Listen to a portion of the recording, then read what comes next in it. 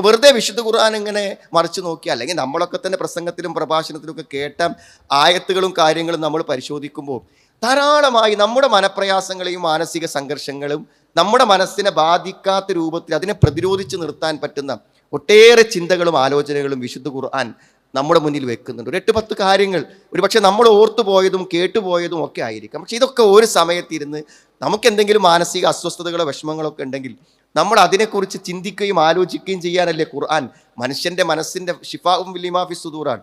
മനസ്സിന് എന്ത് വിഷമമുണ്ടെങ്കിലും എന്ത് പ്രയാസം ഉണ്ടെങ്കിലും അതൊക്കെ തീർക്കാൻ ഖുർആനിൽ മരുന്നുണ്ടെന്ന് പറയുമ്പോൾ ഖുർആനികമായ ചില ആശയങ്ങൾ ആ സമയത്തൊക്കെ നമ്മുടെ മനസ്സിക്ക് വരണം.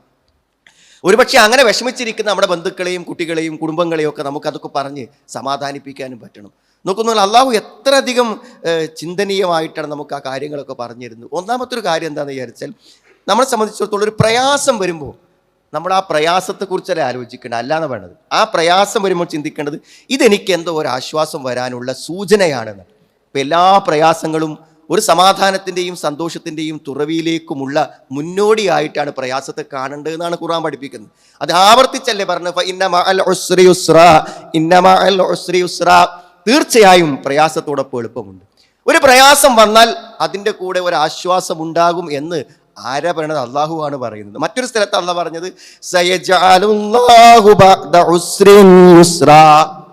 ഒരു പ്രയാസത്തിന് ശേഷം അള്ളാഹു ഒരു എളുപ്പത്തെ ഏർപ്പെടുത്തുമെന്നാണ്. നബി സല്ലല്ലാഹു അലൈഹി വസല്ലം വിശദീകരിക്കുന്നുണ്ട്, വ ഇന്നൽ ഫറജ മഅൽ കറബ്, പ്രയാസത്തിനോടൊപ്പമേ ആശ്വാസമുള്ളൂ എന്നാണ്. പ്രയാസം വരണം, ഒരു ആശ്വാസം നമ്മൾ ആശ്വാസത്തിലേക്കുള്ള വാതിലാണ് പ്രയാസമെന്ന് പറഞ്ഞാൽ. വ അന്ന മഅൽ ഉസ്രി യുസ്രൻ, തീർച്ചയായും പ്രയാസത്തോടൊപ്പം എളുപ്പമുണ്ട്. അപ്പം നമ്മളൊക്കെ എന്ത് കാര്യത്തെക്കുറിച്ചാണ് ദുഃഖിച്ചിരിക്കുന്നത്?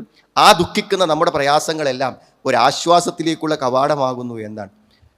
സൂറത്തുൽ ബഖറയിലെ അവസാനത്തെ ആയത്തിനെ വിശദീകരിക്കുന്ന സമയത്ത് ഇബ്നുൽ ഖയ്യിം റഹിമഹുല്ലാഹ് പറയുന്നുണ്ട്, ഒരാൾക്കുള്ള പരീക്ഷണങ്ങളെ കൊടുക്കും, അത് സ്വാഭാവികമല്ലേ. പക്ഷെ എന്ത് പരീക്ഷണം വന്നാലും നമുക്ക് അതിജീവിക്കാൻ പറ്റുന്നതേ അള്ളാഹു നമുക്ക് തരൂന്നാണ്. ഇപ്പം രോഗങ്ങളാണെങ്കിലും കടങ്ങളാണെങ്കിലും മാനസിക സംഘർഷങ്ങളാണെങ്കിലും നമുക്ക് അതിജീവിക്കാൻ പറ്റുന്നു, നമുക്ക് തരണം ചെയ്യാൻ പറ്റുന്നതേ അള്ളാഹു തരുള്ളൂ എന്നാണ്. ലാ യുകല്ലിഫുല്ലാഹു നഫ്സൻ ഇല്ലാ വുസ്അഹ, ഒരാൾക്ക് സാധിക്കുന്നതിനല്ലാതെ അള്ളാഹു അവനെ നിർബന്ധിക്കൂല എന്ന് പറയുന്നതിൻ്റെ ആശയത്തിൽ അതുകൂടെ വരുന്നതാണ്. അപ്പം നമുക്ക് വന്ന ബുദ്ധിമുട്ട് നമുക്ക് അതിജീവിക്കാൻ പറ്റുന്നതേ ഉള്ളൂ സുഹൃത്തുക്കളെ. ഇതിനെ എനിക്ക് മറികടക്കാൻ പറ്റുമെന്ന് മനസ്സിനോട് പറയൂ. പടച്ചോൻ എനിക്ക് എന്നെക്കൊണ്ട് അതിജീവിക്കാൻ പറ്റാത്തത് എനിക്ക് തരില്ല എന്ന് നമുക്ക് വിശ്വസിക്കാൻ പറ്റിയാൽ ഈ പ്രയാസത്തെയും ഞാൻ മറികടക്കും, ഈ ബുദ്ധിമുട്ടിനെയും ഞാൻ മറികടക്കും എന്ന് നമ്മുടെ മനസ്സ് നമ്മളോട് ഉറപ്പിച്ചു പറയും. എത്ര വ്യക്തമായിട്ടാണ് അള്ളാഹു പറഞ്ഞത്. ഉദൈബിയ സന്ധിൻ്റെ സന്ദർഭം നമുക്കറിയാൻ പറ്റും. സ്വപ്നം കണ്ടതാണ് ഉമർ റളിയല്ലാഹു ഒരു ഉംറ ചെയ്യാൻ. എത്ര പൂതി വെച്ചിട്ടാണ് പോകണം നോക്കുന്നത് നിങ്ങളുടെ സ്വഹാബത്തും.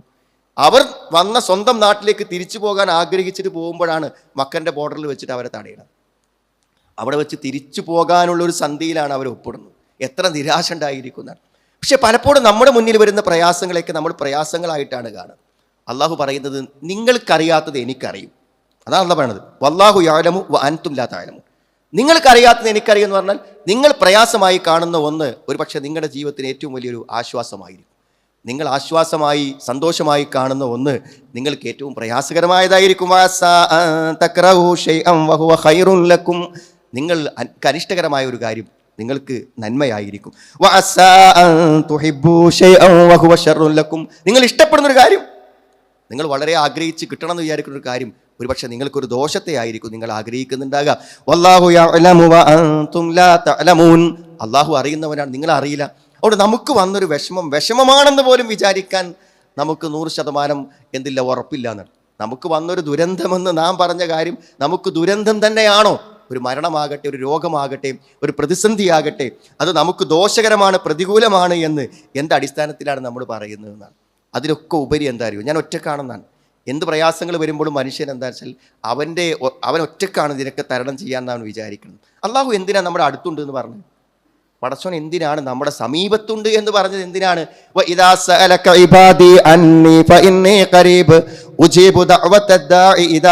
എൻ്റെ അടിമകൾ എന്നെ കുറിച്ച് ചോദിച്ചാൽ എൻ്റെ അടിമയോട് പറഞ്ഞു ഞാൻ അടുത്താണെന്നാണ് പറയുന്നത്. സുഹൃത്തുക്കൾ, അള്ളാഹു അടുത്തൊരു വിശ്വാസി പറഞ്ഞാൽ ആ അള്ളാഹുവിൽ വിശ്വസിക്കുന്നതോടുകൂടെ നമ്മുടെ സമീപത്ത് എല്ലാവരെക്കാളും നമ്മുടെ സമീപത്ത് അള്ളാഹു ഉണ്ട്, നമ്മുടെ ചാരത്തവനുണ്ട്. നമ്മൾ ആ ഒറ്റക്കല്ലേ, ആ ക്രിട്ടിക്കൽ കെയറിൽ നമ്മൾ ഒറ്റക്ക കിടക്കണത് അല്ല, അള്ളാഹു നമ്മുടെ അടുത്തുണ്ട് എന്നാണ്. ഏകാന്തമായി ആരുമില്ലാതെ നമ്മുടെ വീട്ടിലിരിക്കുമ്പോഴും ചിന്തിച്ച് വിഷമിച്ച് വ്യാകുലപ്പെട്ടിരിക്കുമ്പോഴും അള്ളാഹു നമ്മുടെ അടുത്തുണ്ട്. അതുകൊണ്ട് ഇന്നോടൊന്ന് പറയുന്നതാണ്, എന്നോടൊന്ന് പറയേ, നിൻ്റെ വിഷമങ്ങളെയും സങ്കടങ്ങളെയും നീ എന്നോടൊന്ന് പറയുന്നതാണ് അള്ളാഹു പറയുന്നത്. ആലോചിച്ച് നോക്കും നിങ്ങൾ. പിന്നെ ഒരു നിശ്ചിത പരിധി എത്തുമ്പോഴേക്കൊരു മനുഷ്യൻ എന്താ അറിയുങ്ങൾ, ഒരു നിരാശയിലേക്ക് പോകും. അതുകൊണ്ടാണ് പല ആളുകളും പറയുമ്പോൾ നിസ്കരിക്കാൻ തോന്നുന്നില്ല, അതേപോലെ ഭക്ഷണം കഴിക്കാൻ തോന്നുന്നില്ല, ഉറങ്ങാൻ തോന്നുന്നില്ല, ഒരു കാര്യത്തോടും ഇഷ്ടം തോന്നുന്നില്ല, കുട്ടികളെയും കൂടി ഒന്നും നോക്കാൻ തോന്നുന്നില്ല. ഇതൊക്കെ ഒരു നിരാശയുടെ മാനസികാവസ്ഥ. ഒരു വിശ്വാസിക്ക് ഒരിക്കലും ഉണ്ടാകാൻ പറ്റുന്നത്. മനുഷ്യനെ ഏറ്റവും അധികം പിശാച് അപകടപ്പെടുന്ന നിരാശയിലൂടെയാണ്. ഇനി നിൻ്റെ മുന്നിൽ ഒരു വഴിയില്ല, അപ്പോഴാണ് കയറെടുത്ത് പോണത്. ഇനി നിൻ്റെ മുന്നിൽ ഒരു വഴിയില്ല എന്നാണ് പിശാച് പറയുന്നത്. നിരാശ. അങ്ങനെ ഒരു നിരാശക്കൊരു വിശ്വാസിക്ക് അവകാശമല്ല. എന്തുകൊണ്ടാണ് നിങ്ങൾ? നിരാശ എന്ന് പറഞ്ഞാൽ എന്താണ്? നമ്മുടെ ഒരു കാര്യത്തിൻ്റെ ഒരു പരിഹാരമില്ല. അള്ളാഹു അങ്ങേയറ്റത്തെ കാരുണ്യവാനാകുമ്പോൾ എങ്ങനെ നമ്മൾ നിരാശപ്പെടുക? അപ്പം നമ്മൾ അള്ളാഹിനെ പറ്റി എന്താ വിചാരിച്ചത്? അള്ളാഹുവിനെ പറ്റി നമ്മൾ അള്ളാഹുവിൻ്റെ അളവറ്റ ദയയും കാരുണ്യത്തെയും കുറിച്ച് അറിയുന്ന ആളുകളാണെങ്കിൽ എങ്ങനെ നിരാശപ്പെടുക എന്നില്ല. അപ്പം നിരാശയില്ലല്ലോ. കാരണം ആശയറ്റുപോകുമോ? ഒരു വിശ്വാസിക്ക് എങ്ങനെ, പരമകാരുണികനായ അള്ളാഹുൽ വിശ്വസിക്കുന്ന ഒരു വിശ്വാസിക്ക് എങ്ങനെ ആശയറ്റുപോകും? ഖുൽ യാ ഇബാദിയല്ലദീന അസ്റഫു അലാ അൻഫുസിഹിം ലാ തഖ്നതു മിൻ റഹ്മത്തില്ലാഹ്. തെറ്റുകൾ ചെയ്ത് ഇനിയിപ്പോൾ ഞാൻ എന്തായാലും രക്ഷപ്പെടൂല എന്നൊക്കെ വിചാരിക്കുന്ന ഒരു അവസ്ഥയിൽ എത്തുമ്പോഴും നിങ്ങൾ നിരാശപ്പെട്ടു പോകരുത്. അള്ളാഹുവിൻ്റെ കാരുണ്യത്തെക്കുറിച്ച് നിങ്ങൾ നിരാശപ്പെടരുത് എന്നാണ്.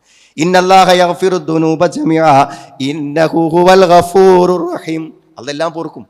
അള്ളാഹു അങ്ങേറ്റം പൊറുക്കുന്നവനും കരുണാനിധിയുമാണെന്ന്. അപ്പോൾ ഇനി എനിക്ക് എൻ്റെ മുന്നിൽ ഒരു വഴിയില്ല. അങ്ങനെ ഒരു വിശ്വാസി ഒരു ഘട്ടത്തിലും ചിന്തിക്കാൻ പാടില്ല. ഇനി എനിക്കെന്തായാലും ഒരു രക്ഷപ്പെടാനൊരു വഴിയില്ല എന്ന് ചിന്തിക്കുമ്പോഴാണ് മനുഷ്യൻ നിരാശപ്പെടുന്നതും ആത്മഹത്യ ചെയ്യുന്നതൊക്കെ. അതിനൊരു അവസരം ഇല്ല എന്നാണ് പറയുന്നത്. സുഹൃത്തുക്കളെ, പലപ്പോഴും നമ്മുടെ തരങ്ങൾ ഈ മാനസിക ബുദ്ധിമുട്ടുകളും വിഷമങ്ങളൊക്കെ ഉണ്ടാകുന്നതിന് നമ്മൾ അള്ളാഹുവിൽ നിന്നും ദീനിൽ നിന്നൊക്കെ നമ്മുടെ മനസ്സ് ചില സന്ദർഭങ്ങളിൽ അകന്നു പോകും. അപ്പോഴാണ് നമ്മുടെ പ്രതിസന്ധികൾക്ക് കനം കൂടുക. ചെറിയ പ്രശ്നങ്ങളൊക്കെ നമുക്കുണ്ടാവും, പക്ഷെ ആ പ്രശ്നങ്ങളൊക്കെ നമുക്ക് ഭയങ്കര ഭാരമായി തോന്നുക എപ്പോഴാണെന്ന് വെച്ചാൽ നമ്മൾ അള്ളാഹുവിനെ സ്മരിക്കുന്ന അള്ളാഹുവിൻ്റെ ദീനിന്ന് നമ്മൾ അകന്നു പോകും. നമ്മുടെ നിസ്കാരവും നോമ്പും അദ്കാറുകളും അതേപോലെ തന്നെ അള്ളാഹുവിനെ കുറിച്ചുള്ള ഉത്ബോധനങ്ങളും ഒക്കെ ഇങ്ങനെ കേൾക്കുന്നതിൽ നിന്ന് നമ്മൾ അകന്നു നിൽക്കുമ്പോൾ എന്താ ഉണ്ടാവുക അറിയും? നിസ്സാരങ്ങളായ നമ്മുടെ ജീവിത പ്രശ്നങ്ങളൊക്കെ അതിൻ്റെ ഏറ്റവും ഭീകരമായ രൂപത്തിൽ നമ്മളെ ഭയപ്പെടുത്തിക്കൊണ്ടിരിക്കുന്നതാണ്. അതുകൊണ്ട് അള്ളാഹ് പറഞ്ഞത് അല്ലദീന ആമനു വതത്മഇന്നു ഖുലൂബുഹും ബിദിക്രില്ലാ അലാ ബിദിക്രില്ലാഹി തത്മഇന്നുൽ ഖുലൂബ്. അള്ളാഹുവിൻ്റെ ദിക്ർ എന്ന് പറഞ്ഞാൽ നിസ്കാരം അള്ളാഹിൻ്റെ ദിക്റാണ്, ഖുർആൻ പാരായണം അള്ളാഹിൻ്റെ ദിക്റാണ്, സുബ്ഹാൻ അള്ളാഹ് എന്ന് പറഞ്ഞാൽ അള്ളാഹിൻ്റെ ദിക്റാണ്, അള്ളാഹുവിനെ കുറിച്ചുള്ള ഒരു ഉത്ബോധനം കേട്ടാൽ അള്ളാഹിൻ്റെ ദിക്റാണ്, ഒരു ആയത്തിൻ്റെ അർത്ഥം കേട്ടാൽ അള്ളാഹുവിൻ്റെ ദിക്റാണ്. ഇത്തരം ചിന്തയുടെ ഈ പശ്ചാത്തലങ്ങളിൽ നിന്ന് അകന്നു പോകുമ്പോൾ നമ്മൾ അതീവ നിസ്സാരങ്ങളാണെന്ന് വിചാരിക്കുന്ന പ്രശ്നങ്ങൾ പോലും നമുക്ക് ഭയാനകമായും ഭീകരമായിട്ടും അനുഭവപ്പെടുമെന്നാണ്. ചില സന്ദർഭങ്ങളിൽ എന്തുണ്ടാവുമെന്നറിയോ? നമ്മുടെ സ്വന്തം ബന്ധുക്കൾ, നമ്മുടെ ഭാര്യയിൽ നിന്നോ ഭർത്താവിൽ നിന്നോ മക്കളിൽ നിന്നൊക്കെ നമുക്ക് ചിലപ്പോൾ ശത്രുതകളും അതേപോലെ തന്നെ നമ്മളെ നിരാശപ്പെടുത്തുന്ന വർത്തമാനങ്ങളും അവർ പറയും. അപ്പോഴാണ് ആളുകൾ ആകെ തകർന്നു പോകുക. നമ്മളൊരു പ്രതീക്ഷ അർപ്പിക്കുന്ന നമ്മുടെ ഏറ്റവും അടുത്ത ബന്ധുക്കളും ആത്മബന്ധങ്ങളുള്ള ആളുകളും മക്കളും ഒക്കെ എന്ത് ചെയ്യും? നമ്മളെ നിരാശപ്പെടുത്തുമ്പോൾ നമുക്ക് വല്ലാത്ത വിഷമം ഉണ്ടാവുമല്ലോ. അത്തരം സന്ദർഭങ്ങളിലും നമ്മൾ ആലോചിക്കേണ്ടത് ഇവരൊന്നല്ല എൻ്റെ അടുത്ത ആളുകളാണ്, ഇവരൊക്കെയാണ് നമുക്ക് പ്രിയപ്പെട്ടവരെന്നും ഇവരൊക്കെയാണ് നമ്മുടെ രക്ഷകരെന്നും ഇവരാണ് എനിക്കെന്നും തുണയെന്നും നമ്മൾ തെറ്റിദ്ധരിച്ചു പോയതാണ്. അതുകൊണ്ടാണ് മക്കളെ കാര്യത്തിൽ ഇനി രണ്ടാമത്തെ കുട്ടി എനിക്ക് പോയോ എന്ന നിരാശ സ്വന്തം മക്കളെ ഭാഗത്തുനിന്ന് പ്രതികൂലാവസ്ഥകൾ യാക്കൂബ് നബി അലൈഹി സ്വലാമിന് ഉണ്ടായപ്പോൾ അദ്ദേഹം പറഞ്ഞ വാക്കാണ് കാല ഇന്നമാ അഷ്കു ബസ്സീ വഹുസ്നി ഇലല്ലാഹ്. ഞാൻ എൻ്റെ സങ്കടങ്ങളും വിഷമങ്ങളും ഒക്കെ ആരോടാ പറയാം? അള്ളാഹിനോടാ പറയാനാണ്. എല്ലാ സങ്കടങ്ങൾക്കും വിഷമങ്ങൾക്കൊക്കെ നമ്മളെ ഉറ്റവരും ഉടയവരും സുഹൃത്തുക്കളും ബന്ധുക്കളും ഒക്കെയാണ് പരിഹാരം എന്ന് നമ്മൾ ചിന്തിക്കുമ്പോൾ നമ്മൾ നിരാശപ്പെടും. കാരണം അവർ നമ്മൾ നിരാശപ്പെടുത്തും. ചില വാക്കുകൾ അവർ പറയുമ്പോൾ അവരെന്ത് ചെയ്യും? നിങ്ങൾ നമ്മളെ നിരാശപ്പെടുത്തിക്കിടും. ആ നിരാശ നമ്മുടെ മനസ്സിനെ തളർത്തും. അപ്പം നമ്മൾ ആലോചിക്കേണ്ടത് ഓരോന്നല്ല നമ്മളെ ആള്, നമ്മൾ സങ്കടം പറയാനുള്ള നമ്മുടെ ആളാരാണ്? ഇന്നമ അഷ്കു ബസ്സീ വഹുസ്നി ഇലല്ലാഹ്. എൻ്റെ ദുഃഖം എൻ്റെ സങ്കടമൊക്കെ ഞാൻ ആരോടാ പറയാം? ഞാൻ അള്ളാഹിനോട് പറയാമെന്നാണ്. അള്ളാഹുവിനോട് അള്ളാഹ് നമ്മുടെ ഒരിക്കലും കൈവിടില്ലെന്ന് മനസ്സിലാക്കിയാൽ സുഹൃത്തുക്കളെ മനസ്സിൽ ഭയങ്കര ആശ്വാസം ഉണ്ടാവും. ഒരു പരിധി എത്തി ഇനി ഇവിടുന്ന് അങ്ങോട്ട് ഇന്നെ കൂടെ മുന്നോട്ട് പോകാൻ പറ്റൂല എന്ന് തോന്നുന്ന ചില ഘട്ടങ്ങൾ മനുഷ്യന് വരും. ചിലപ്പോൾ ചില രോഗങ്ങൾ വരുമ്പോൾ ഇനിയിപ്പോൾ ഇന്നെക്കൊണ്ട് കഴിയൂല എന്ന് തോന്നുന്ന ഘട്ടങ്ങൾ വരും നമുക്ക്. അങ്ങനത്തെ ഘട്ടങ്ങളൊക്കെ വരുമ്പോഴാണ് അള്ളാഹു നമ്മോട് പറഞ്ഞത് അപ്പം പിന്നെ നിൻ്റെ കഴിവിനെ ആശ്രയിച്ച് നിൽക്കരുതെന്നാണ്. അപ്പം നമ്മൾ ആകെ തകർന്നു പോകും. നമ്മുടെ കഴിവിൻ്റെ അപ്പുറത്തേക്ക് കാര്യങ്ങൾ എത്തുന്നു തോന്നിക്കഴിഞ്ഞാൽ പിന്നെ നമ്മൾ നിൽക്കും. അതാണ് വമയ്യത്തവക്കലാലല്ലാഹ് ബഹുവ ഹസ്ബുഹു. അപ്പം എന്താ പറയുക? എല്ലാം കഴിയുന്ന അള്ളാഹുവിന് വിട്ടുകൊടുക്കണം. അള്ളൊരു പരിഹാരം ഉണ്ടാക്കും. നമുക്ക് ആലോചിച്ചിട്ട് അറ്റം കിട്ടില്ല, പക്ഷെ പടച്ചോൻ തന്നെ എന്തൊരു വഴി കണ്ടിട്ടുണ്ടായിരിക്കും എന്ന് നമുക്ക് ഉറച്ച് വിശ്വസിക്കാൻ കഴിയണം. ഒരു നിശ്ചിത പരിധിക്ക് അപ്പുറത്തേക്ക് കാര്യങ്ങൾ പോകുമ്പോൾ പിന്നെ നമ്മൾ പിടിച്ച് നിൽക്കരുത്. പിന്നെ നമ്മളെ കൊണ്ട് കഴിയുമെന്ന് പറഞ്ഞ് നിൽക്കരുത്. അവിടെ നമ്മൾ എന്ത് ചെയ്യണം? അള്ളാഹുവിലേക്ക് പരമേൽപ്പിച്ചാൽ ബഹുവ ഹസ്ബുഹു, അവൻ അള്ളാഹു മതി എന്നാണ്. പിന്നെ നമ്മളെപ്പോഴും ചിന്തിക്കേണ്ടത് ഈ പ്രയാസങ്ങളും ബുദ്ധിമുട്ടുകളൊക്കെ വരുമ്പോൾ അതൊക്കെ എനിക്ക് നഷ്ടമാണെന്ന് വിചാരിക്കും. ഇത് ഇവിടെ വേറെ ആർക്കില്ലല്ലോ, എനിക്ക് മാത്രമല്ലല്ലോ, എനിക്കല്ലേ വിഷമം വന്നത്, എനിക്കല്ലേ അസുഖം വന്നത്, ബുദ്ധിമുട്ടായത് എന്ന് നമുക്ക് എന്തെങ്കിലും മറ്റുള്ളവർക്കില്ലാത്ത നമുക്കെന്തെങ്കിലും വരുന്നുണ്ടെങ്കിൽ നമ്മൾ ആലോചിക്കുന്നത് അത് അള്ളാഹു നമുക്ക് തന്നൊരു അനുഗ്രഹമാണ്. കാരണം പടച്ചോൻ പറഞ്ഞിട്ടുണ്ടല്ലോ വലനബുലുവന്നക്കും, നിങ്ങളെ ഞാൻ പരീക്ഷിക്കുമെന്ന് പറഞ്ഞിട്ടുണ്ട്. എന്തെങ്കിലും ഭയങ്ങളോ ദാരിദ്ര്യമോ വിഷമമോ കൊണ്ട് നിങ്ങളെ പരീക്ഷിക്കും. വബശ്ശിരി സ്വാബിരീൻ, പരീക്ഷണം കിട്ടിയോ സന്തോഷിച്ചോ എന്നാണല്ലോ. പരീക്ഷണങ്ങൾ കിട്ടിയവർ സന്തോഷിച്ചു കൊള്ളുക എന്ന്. ആ പരീക്ഷണം കിട്ടിയവർക്ക് കിട്ടാത്തവരെക്കാളും സന്തോഷിക്കാനൊരു വകയുണ്ട്. എന്താണ്? ആ പ്രയാസങ്ങളും വേദനകളും അല്ല സുഹൃത്തുക്കളെ, ആ വേദനകൾ അവർക്ക് പ്രതിഫലമായി മാറുന്ന ഒരു സന്ദർഭമുണ്ട്. അള്ളാഹു കണക്കില്ലാത്ത പ്രതിഫലം കൊടുക്കുന്ന അവസരങ്ങളാണ് പരീക്ഷണങ്ങൾ. അതുകൊണ്ട് പരീക്ഷണങ്ങൾ എനിക്കൊരു നഷ്ടം, ഇത് വേറെ ആർക്കും ഇല്ല, എനിക്ക് മാത്രമേ ഉള്ളൂ എന്ന് വിചാരിച്ച് ടെൻഷനാകുമ്പോൾ ആലോചിക്കേണ്ടത് എനിക്ക് അള്ളാഹു തന്നത് എനിക്ക് കൂലി തരാനാണ്. വേറെയുള്ളവൻ അനുഭവിച്ചാൽ നമുക്ക് കൂലി കിട്ടും സുഹൃത്തുക്കളെ.